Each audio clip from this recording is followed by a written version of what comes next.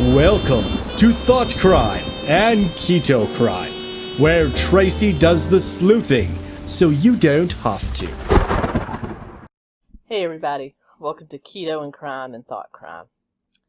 Today we're going to look into a case that I have hesitated doing anything about, simply because of the stigma around it and everything that's going on with the country right now. If you're watching this right after it comes out, we are in the midst of a dangerous situation with the murder of an African-American man in Minneapolis, Minnesota, who was murdered in cold blood by by an officer of the Minneapolis Police Department, so that racial tensions are very high right now. This video was on my schedule. It had been highly requested by my subscribers. It was actually voted on and won by, 10-1 over any of the other cases I suggested, so I am going to go ahead and do it. I want to preface this by saying that my heart is breaking right now. It goes out to everyone involved in all the terrible cases we've seen. The murder of the young African-American female EMT in Louisville, Kentucky. The murder of the gentleman in Minneapolis, Minnesota. And also to the family of the young man we're about to talk about, his case right now, Ahmaud Arbery in Atlanta, Georgia.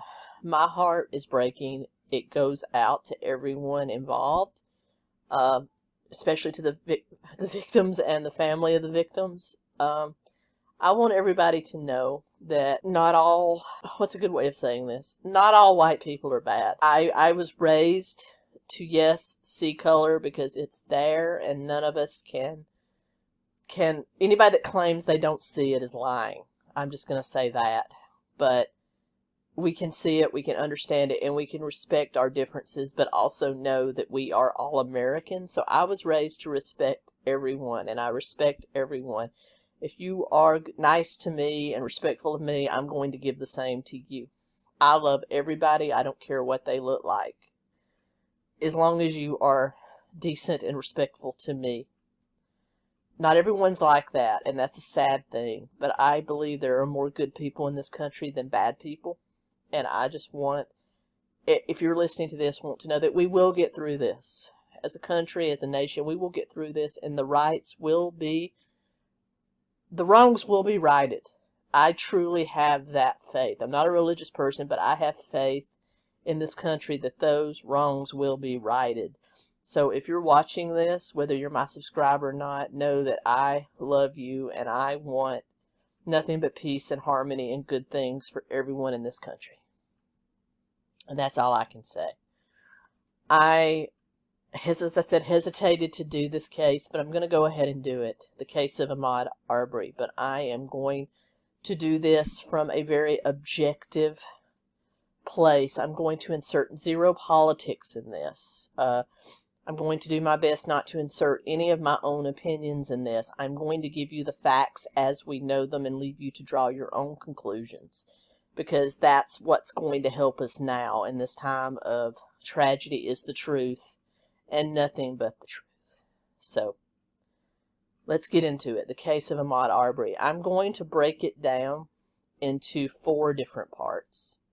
Part 1, I'm going to go over the laws that I hear cited most often in reference to the case. That is Georgia's citizen's arrest law, the stand your ground laws, and Georgia's statutes on criminal trespass. I'm going to go over each and every one of those laws in part 1, telling you actually what the law states. I've also spoken to a couple of friends of mine that are attorneys. They didn't want to actually be on the video or in the podcast, but I've also spoken to one of them practices in California, one practices in Georgia, and they've both given me an education on what these statutes, on what an interpretation of these statutes would most likely be from a judge. Part 2, I'm going to talk about the reported crimes and crime records that was reported in the Satilla area of southeast Georgia just prior to the murder. I am also going to talk about the past reports of the local police department In part 3, we're going to go over the actual events on the day that Mr. Arbery died, and then part 4 will be the investigation and where we are today.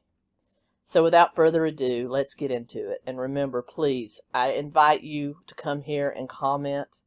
Leave your opinions below, but please do it in a respectful manner. I have one rule for my comment section. Speak to each other like we're humans.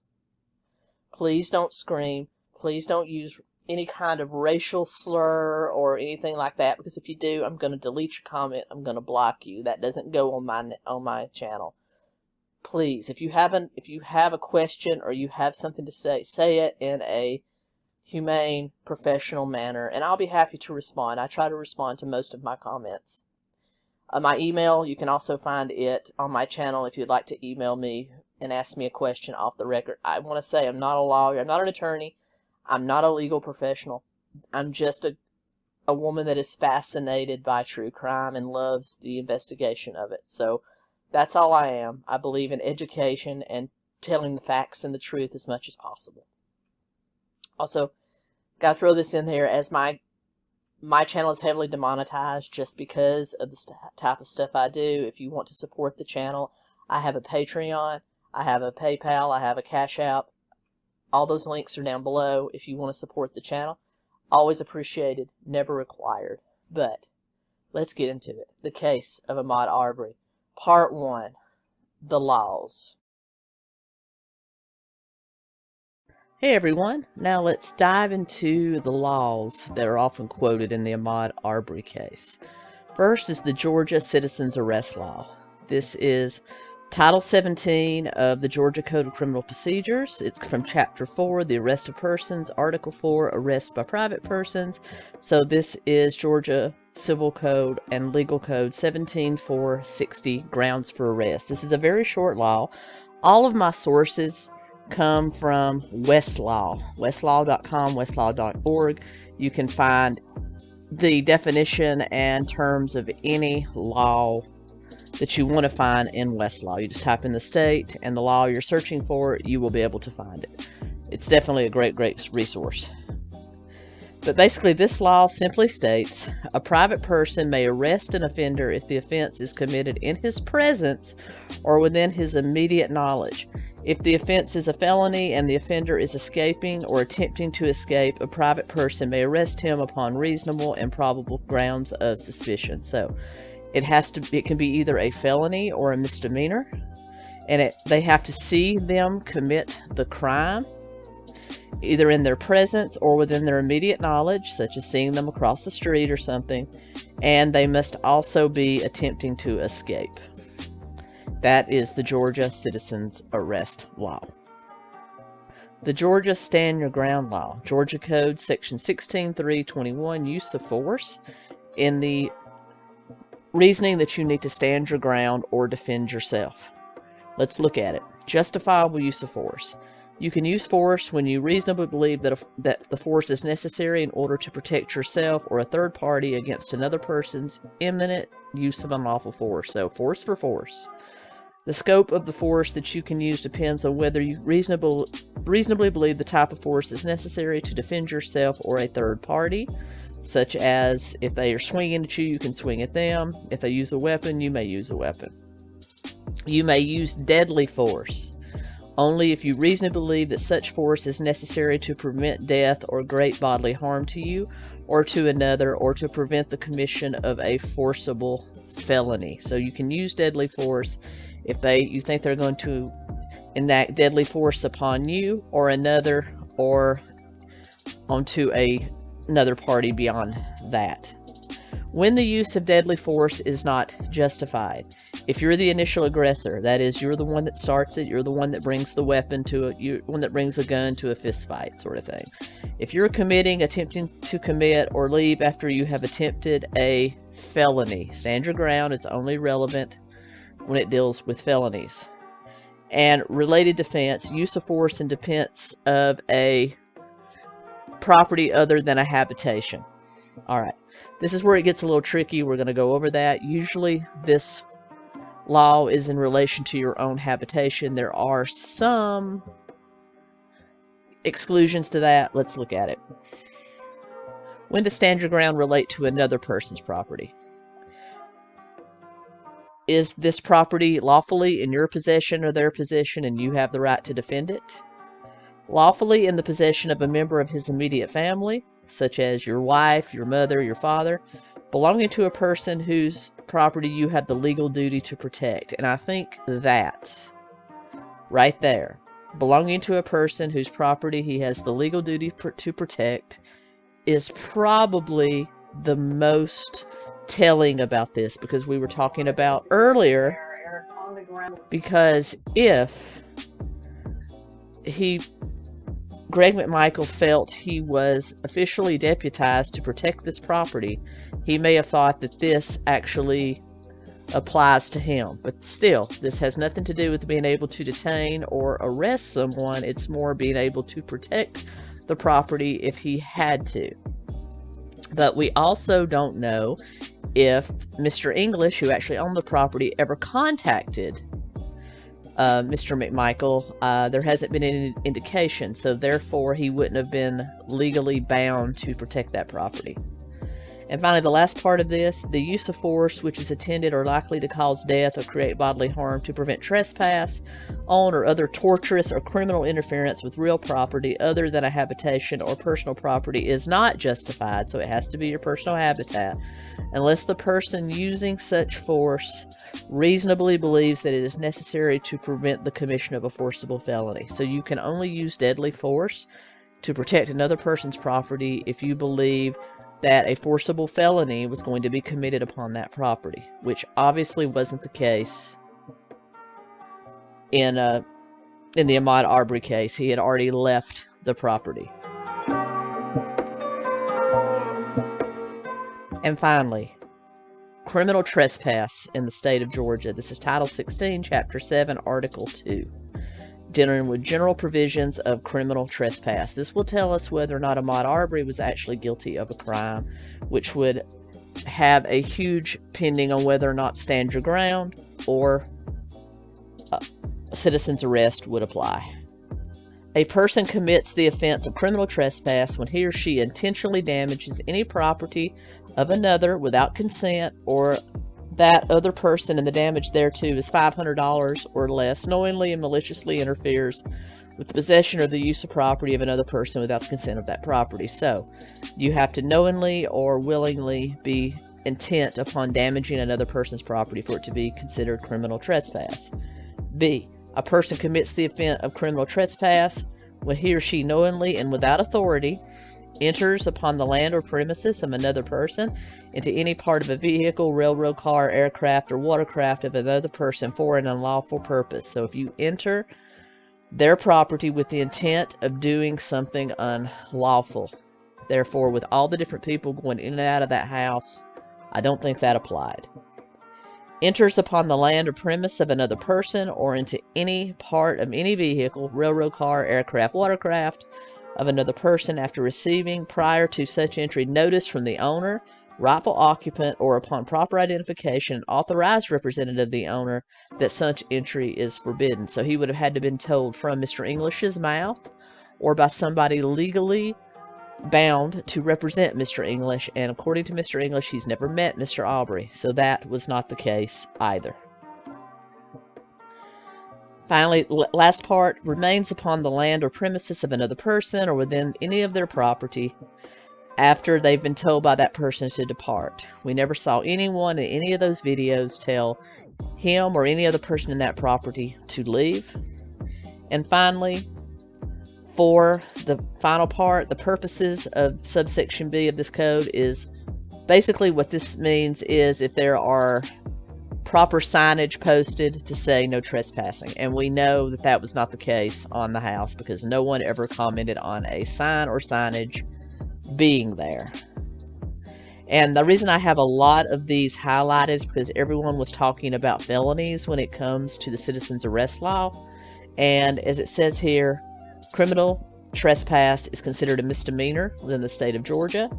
And I highlighted down here or made them larger because it says either the United States of America or Confederate States of America, which I found was hilarious, which shows just how long some of these laws have been on the books without being revised. Better get on that, Georgia.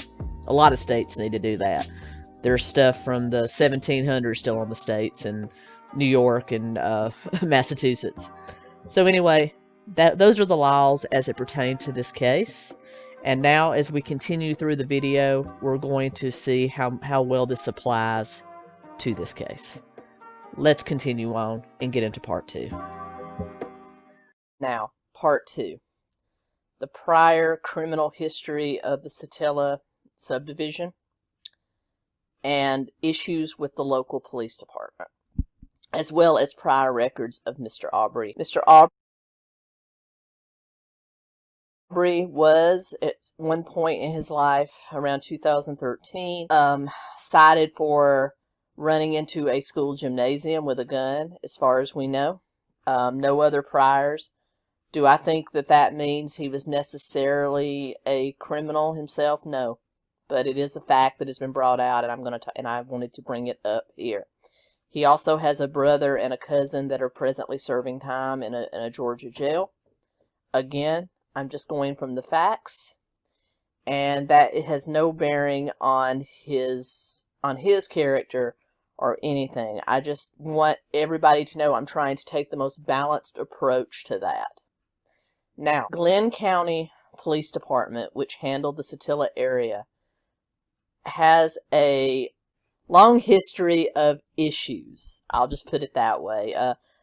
The New York Times has reported on them several times in preceding years. Also, federal prosecutors have cited them a couple of times, have been accused of covering up allegations. They've had accusations of police misconduct, tampering with evidence, tampering with a crime scene, and interfering with a investigation of a police shooting against, it was basically officer on officer. An officer on officer shooting, as well as an officer against arrestee shooting that was supposedly covered up by the police department. And they were also brought up, some of the higher ranking officers were also brought up, and you can Google any of this and find this information, and I'll put my sources down below. Of interfering with an outside investigation. There was also accusations of officers that were cooperating with the outside investigators, the federal investigators, of being demoted and moved to the side because they were cooperating with the outside investigation. In 2019, the chief of the police accused in 2019 by the Glenn County manager as being mistrained, poorly trained, and he called the local police department a culture of cronyism because of all the apparent cover-ups that were going on in the department for a variety of reasons. These were crimes of officer against officer. These were crimes of officers against white arrestees, black arrestees, Hispanic arrestees. This was just, according to the county manager, was a culture of cronyism from day one. This was most apparent in a November 2019 grand jury in which it was brought to light that there was obscene officer misconduct when an officer was evidently having a sexual relationship with a witness. And this was, again, covered up by the local police department. State Senator of Brunswick County, his name was William Ligon. He actually, to the Georgia State Assembly, introduced a bill in early 2020 that would have abolished the county police departments and forced each city to bring forth its own police department in an effort to get rid of some of the corruption that was apparent in the county. And some of the, not only this county, but several counties, but that bill kind of died on the assembly floor. However, it was with this police department and the two local DA's office, Brunswick and Waycross, that allegedly Gregory McMichael, one of the perpetrators, was also involved with as being an investigator. When we talk about Gregory McMichael, the older of the two McMichaels, he was on record as having been an investigator for the Brunswick County DA's office. We also know from other reports that he was actually stripped of his arrest rights and other rights being a deputized officer of the court because he had failed to complete necessary training. All officers have to go through continued training. However, in late 2019, early 2020, he was stripped of his official arrest rights and official deputy powers because he refused to undergo or failed to undergo specific training, and he was aware of that. He signed an affidavit to that effect. There was also rumors that at the time of Mr. Arbery's shooting, he had been unofficially deputized by the Glenn County PD to officially police the Satilla Shores area because of a rash of reported robberies and thefts that had been reported from December 2019 to January of 2020. In fact, I'm going to insert here a clip of some text messages that were sent from a local officer to the gentleman that actually had reported some of the people on his property, Mr. English, that owned the house that Ahmaud Arbery was accused of going into illegally. He actually heard from a local officer and received a text message telling him that his neighbors on that area, the McMichaels, one of them, was completely capable of helping to deal with this. So if he had any issues with the house, to call Mr. McMichael, who lived right down from the house, and Mr. Michael would help take care of it. And I'm going to insert that clip here. Satilla Drive is Greg McMichael. Greg is retired law enforcement and also a retired investigator from the DA's office. He said, please call him day or night when you get action on your camera. And he goes on to actually give him Greg McMichael's phone number. These are newly released from the attorney of Larry English. Also, an Atlanta reporter actually reported later also about this unofficial deputizing of the McMichaels. I'll insert that clip here as well. A lot of ways to read this, but let's go around and get some reaction. I mean, my reaction is that somehow, some way, it's like Greg Michael is now out of retirement, and his big case is solving the big trespassing that's taking place at the construction site caper. Ashley, I don't understand this. Why are police passing the buck? I think you could look at it as passing the buck. I think you could look at it as, hey, Mr. English, there's a guy who lives 2 doors down who's got a lot of experience in investigating. He was one of us, and he said he'd be happy to help you out as a neighbor. I mean, I have a former police officer who lives down the street from me, and I've asked him a few favors before, when he was retired.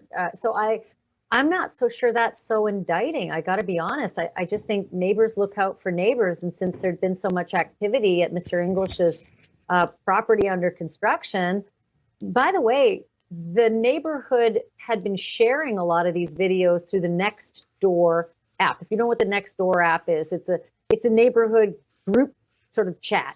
All over the country, neighborhoods get together. You have to be invited and allowed in, and you can sort of look out for each other. And I get alerts all the time saying cars being broken into 4 doors down or 3 neighborhoods over, keep on the alert. And people share their videos and say, has anybody seen this guy? He broke into my car last night. So I don't see that as so weird. I see that as a police officer saying, the neighbor 2 doors down from you is a former cop. He said he'd be happy to give you a hand, and he asked me to pass on his info to you. Does that make sense?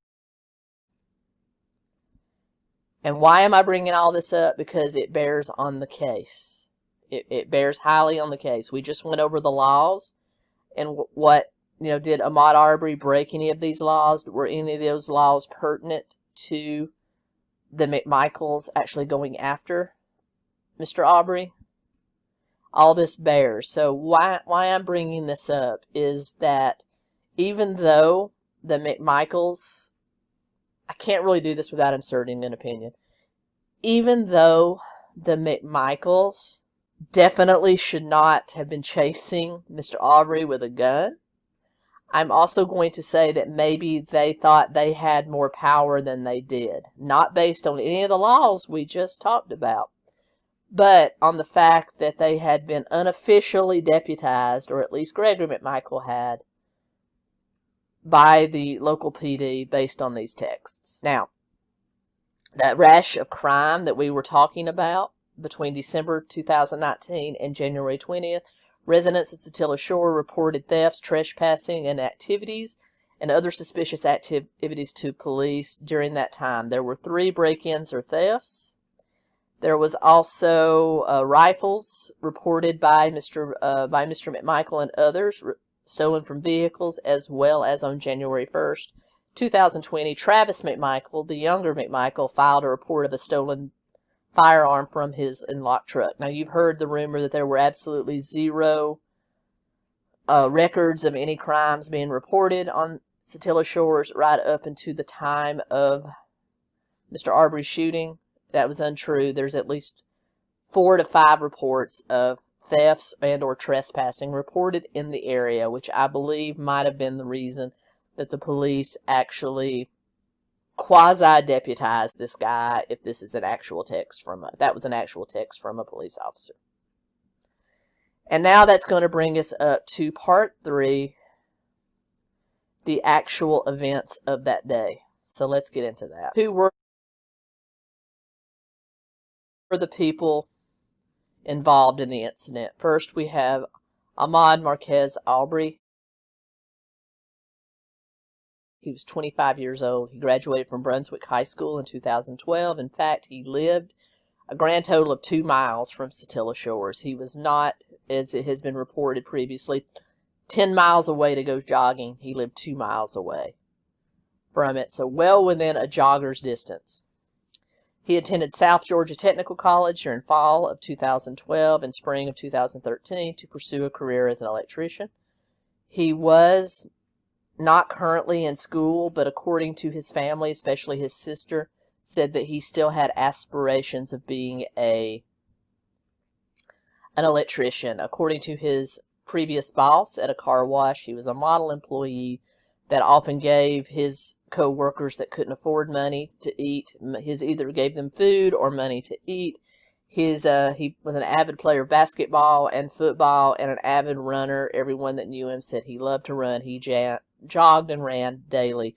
So I truly believe that's probably why he was in the Satilla Shores neighborhood. We have Gregory McMichael, age 64, had previously worked for Glenn County PD until he was removed of his arrest rights because he refused to undergo training toward the ends of his career. He was an officer from 1982 to 1989 and then became a Brunswick Judicial Circuit District Attorney Investigator's Office from 1995 until his retirement in May of 2019 because he did not undergo the training that he was required to do. His son, Travis McMichael, 34, that evidently they lived in the same house. That's what I'm gathering. Also, William Roddie Bryan. He's age 50. He was the McMichaels' neighbors, and he was the one that recorded the infamous video we've all... All right, let's talk about Larry English's house that was under construction. It was at 220 Satilla Shore Drive, right down from the McMichaels. As we had talked about earlier, he had been told by a local police department, allegedly told by a local officer via text that I showed earlier, that he could contact his neighbors, the McMichaels, that would help him watch the property and could help him keep an eye on it. Mr. English had said in the past that lots of people were in and out of that house. In fact, I have 3 videos here to show you. One from December of 2019 that shows a young African-American man that could very well be Ahmaud Arbery. Also, the infamous one from February 11th, also showing somebody that looked very much like Ahmaud Arbery. And there's also an additional video of a young Caucasian couple walking through the constructed house. I'm going to play those all 3 for you now.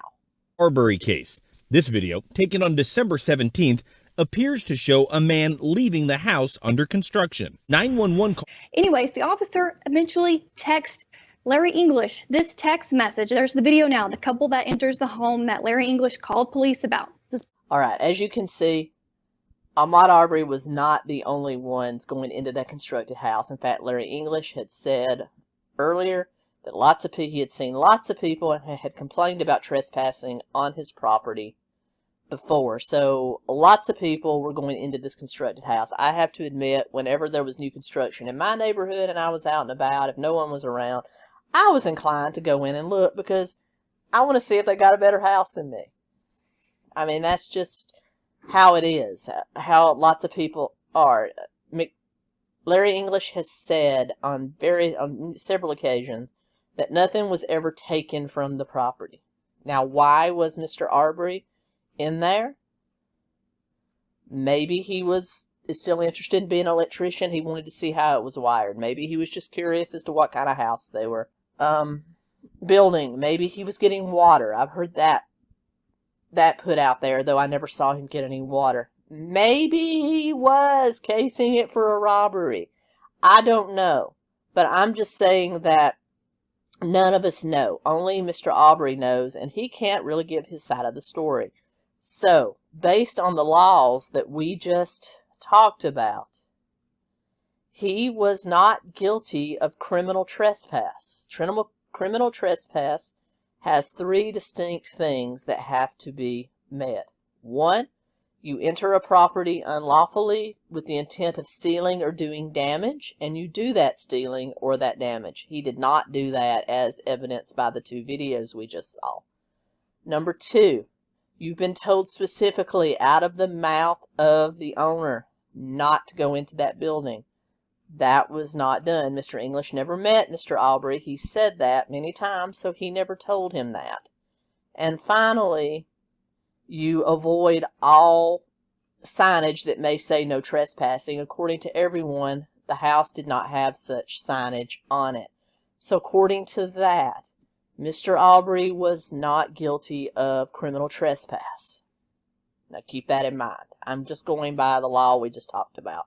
Not guilty of criminal trespass. In fact, he was not doing anything differently than other people milling about that property had done. Now, let's skip ahead to the fateful day, February 23rd, 2000. There were 2 calls made to 911 on February 23rd, 2020. The first came in just around 1 o'clock p.m., in which a male caller told the 911 dispatcher that there was a man breaking into a house under construction next to him. The callers have been identified later as Travis McMichael. And the 911 dispatcher actually asked him, what's he doing right now? Is he breaking into it right now? And the guy said, and the male caller said, no, it's all open. Well, what's he doing? The 911 dispatcher asked. He says he's just running down the street. And the dispatcher asked around 1:08 p.m., I need to know what he's doing wrong. Was he just on the premise that he wasn't supposed to be? And then the caller kind of garbled out. But we were able to make out a couple of sentences in which he said, he's been caught on a camera a bunch at night. It's kind of an ongoing thing. The caller then identified the man as a black guy with a white t-shirt. We know that was what Ahmad was wearing. A second call comes in around 1:14 p.m. with the same male caller saying, I'm out here at Satilla Shores. There's a black male running down the street. The 911 dispatcher said, where? At Satilla Shores. The caller said, I don't know what street we're on. The caller was then heard shouting, stop, watch that, stop, damn it, stop. The dispatcher tried to speak to the caller but did not receive a reply for several minutes, and the caller hung up. And I'm going to play the recording of that call, the infamous 911 call from Travis McMichael to the 911 dispatcher right here. Hey, I live out at Satilla Shores. Okay. Break-ins out here. There's a guy in the house right now. It's a house under construction. Okay, do you have your address or the other house's address? Right at 219 or 220 Satilla Drive. And you said someone's breaking into it right now? No, it's all open. It's under construction. And he's running right now. There he goes right now. Okay, what is he doing? He's running down the street. Okay.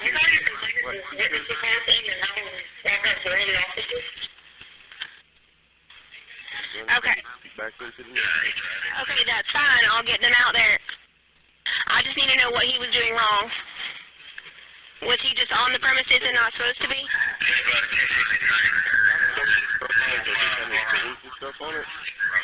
And he's been caught on the camera a bunch before at night. It's kind of an ongoing thing out here. The man that's building the house has got heart issues. I think he's not going to finish it. So. Okay, that's fine. And you said it was a male in a black t-shirt? A white t-shirt. Black guy, white t-shirt. And he's done run back into the neighborhood. 911, what's the address of emergency? I'm out here at Satilla Shores. There's a black male running down the street. Satilla, where at Satilla Shores? I don't know what street we're on. Stop right there! Is it? Stop! Travis! Sir, hello, sir. Sir, where you at? Hello? Hello?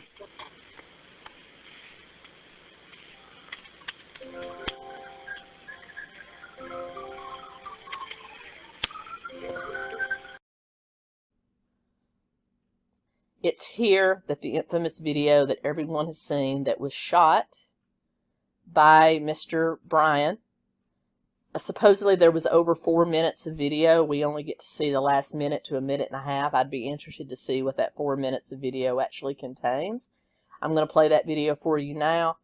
It's got a lot of very graphic scenes in it, so if that's not your jam, then please, I invite you not to watch. But basically it shows Ahmaud Arbery jogging or running down the street on Satilla Shore. It shows Mr. Bryan's car following him.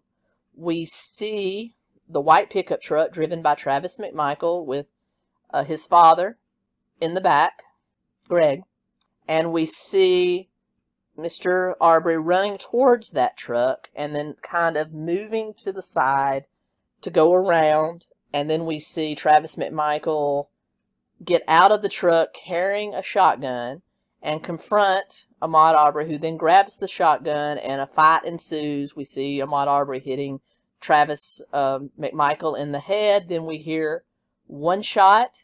Then we hear a shout and another shot. We see Ahmaud Arbery run toward the front and collapse where he died.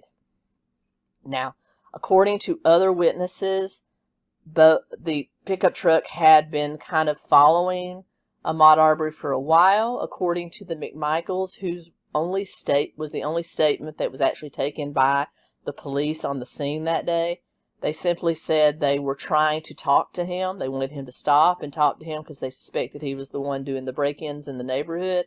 And he became belligerent and grabbed the gun, therefore causing the gun to go off. That's exactly what the police officers were told. But I'm going to play that video for you now. And break down what happens. This is Arbery. He has been running from the vehicles for almost 4 minutes. Travis is standing by the driver's side of the truck, armed with a shotgun. Gregory is in the bed of the truck on the 911 call. Arbery doesn't know where to run. He veers right, then left, and then darts around the right side of the vehicle. Arbery comes around the front of the truck. We see his white t-shirt through the windshield. And here is Travis, now leaning toward him. This is the instant the first shot is fired. Arbery is hit in the chest. His right lung, ribs and sternum are injured. The two men wrestle over the gun. Gregory shouts. Travis! Arbery punches Travis. In the back of the truck, Gregory drops the cell phone. A second blast goes off, out of frame, but we see the shotgun smoke here. Arbery is heavily bleeding. He throws another punch. Travis fires a final shot, which hits Arbery in his left upper chest. Travis walks away, holding his gun. Gregory gets off the truck, clutching his .357 Magnum. According to the police report, Gregory rolled Arbery over to see if he had a weapon. He did not. As you can see, once Gregory McMichael got out of the pickup truck, he immediately went up to Ahmaud Arbery. We didn't get to see him, but he actually flipped Ahmaud Arbery over to see if he was armed. He was not. The McMichaels had 2 weapons, a .357 Magnum revolver and a shotgun. Senior Mr. McMichael had the revolver, where his son had the shotgun. According, as I said, to the statement that the police took, their statements were the only ones took that day, that they were pursuing him because they suspected he was the one responsible for this that had been reported since December of 2019. And they decided that they wanted to enact their rights under the Georgia Citizens Arrest Act. Now let's talk about that law, reference to what we just talked about.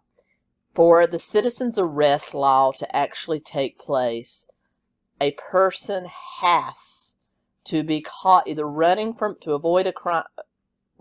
having just committed a crime, or caught in the act of committing a crime. That's the only time that law takes effect. Now, at the time, Ahmaud Arbery, because we've already established he wasn't guilty of criminal trespass under Georgia statutes, he was not running from committing a crime. So I don't think citizens arrest really applies here. How about stand your ground? Stand your ground only applies if it's inside a dwelling and the person feels threatened. That did not happen here.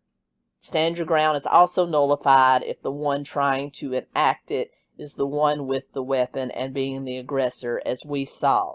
Now, yes, Mr. Arbery did hit him in the head. He did fight back, but I might do that if two people came at me with a gun, too.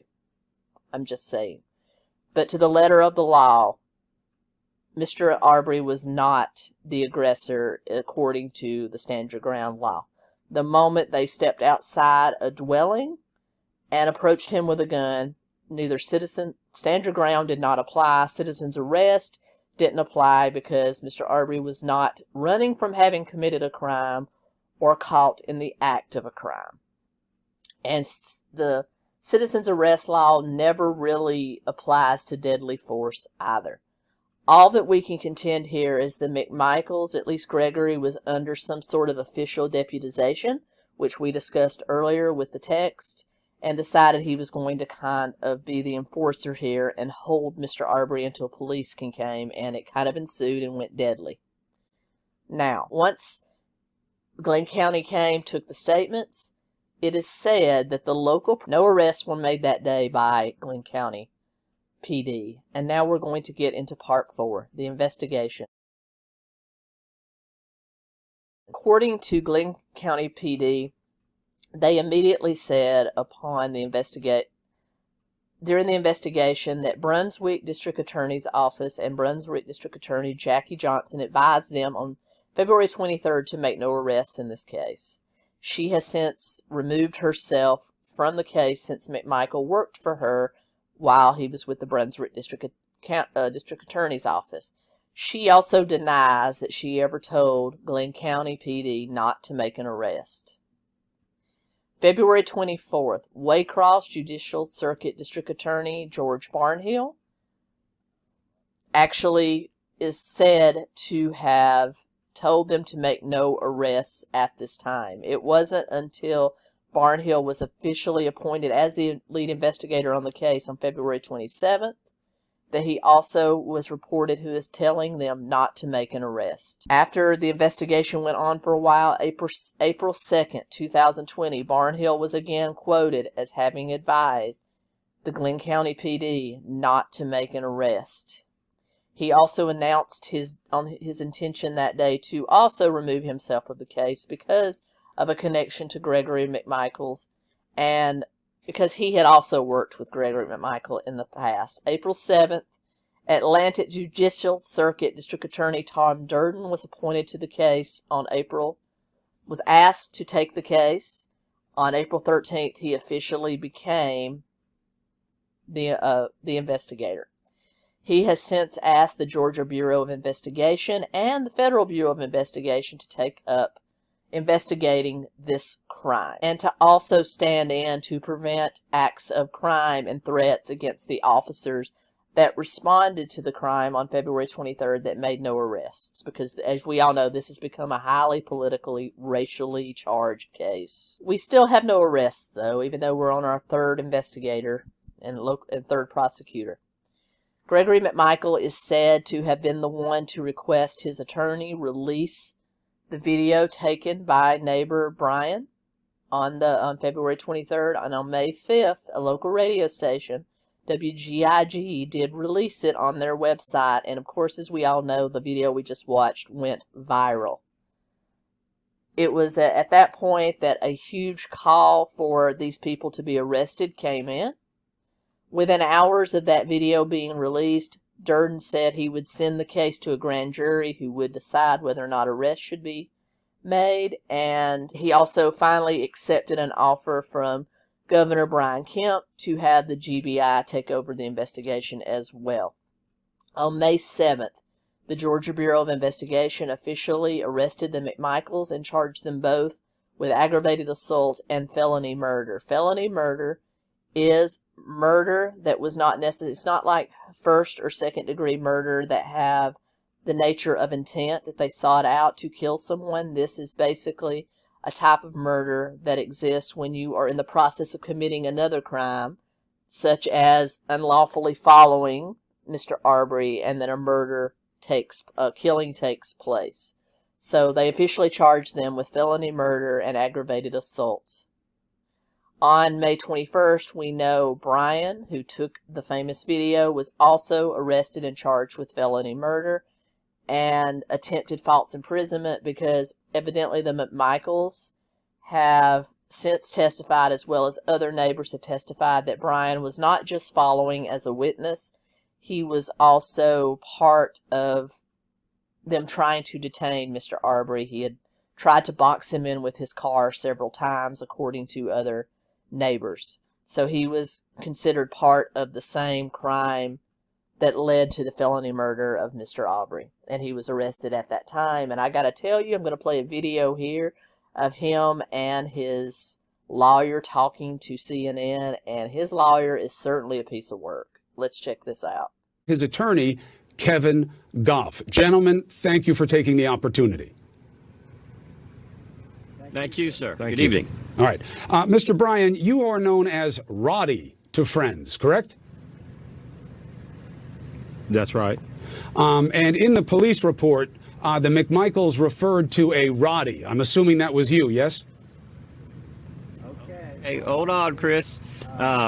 You've been a prosecutor, and you can imagine that this prosecutor that's been in this case 24 hours, she's going to start throwing stuff around her living room if you start doing her job for her. Okay, because as good as you are, she'd probably rather do it herself. You know what we could talk about without causing problems for anybody, and I know you're trying, but this man cannot be answering substantive questions about the case. And if you feel that we've misled you in some way, I'm sorry. No. It's not about misleading. It's about just being clear for the audience. Okay. I always believe that the best opportunity the media can give you is the opportunity to tell the truth in a way that helps you. That's all I'm saying. I don't know why you would dispute the notion of the man's presence at the situation, but that's fine. Let me move on. And you, counselor, should weigh in whenever you feel like it. So, Mr. Bryan, how did you come to be in the car videotaping that day? We're not going there. You don't want to talk about that either. All right, so let's do this. You are afraid of the facts of this case, Counselor. Why? Sir, I'm not afraid of anything. And I'm certainly not, with all due respect, sure. I'm not afraid of you, but I respect you. And I respect you. You are a brilliant, very capable lawyer, and you are you are a very good prosecutor. And my client is a mechanic with a high school education, and if you've ever been to the high schools around here, that's not necessarily saying much, okay? And I don't mind if the Board of Education doesn't like it. I'm not their friend either, okay? But you can't be asking him questions about the substance of the evidence, because like I said, there's a young lady that's been in this case less than 24 hours who's going to be throwing stuff around her living room, and I don't want... And in the midst of all this, Georgia has officially asked the FBI to help take over the investigation, and they are currently working with the GBI, and more details will follow as we get closer to the trial of these guys. And that's where we stand at this point. What do I think? I really don't want to enter an opinion on this case. Yeah, it's difficult. But I think I've stated, based on the law as it stands, Mr. Arbery committed no crimes. Based on the law that the McMichaels used, they were not under the protection of those laws because of the circumstances. But I think we're going to find that those text messages that I found were probably accurate, and that Mr. McMichael felt it was his unofficial duty to deal with it and keep robberies down in his neighborhood.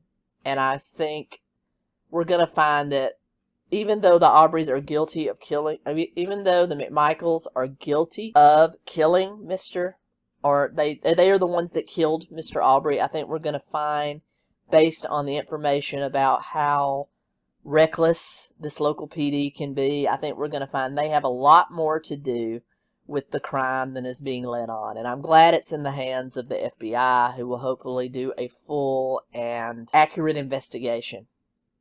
Mr. Arbery is the true victim here, but I also think in a way the McMichaels were set up by the local PD, if all that turns out. And I think the PD, why they weren't arrested is because they knew they had given him the power to do this, and they were going to kind of sweep it under the rug, and it didn't work out for them because the public got involved. So there you go. I guess I did give my opinion. I didn't really mean to, but after reading the law and looking at what happened, it's kind of hard not to form an opinion. But in any case, my heart goes out to Ahmaud Arbery's family.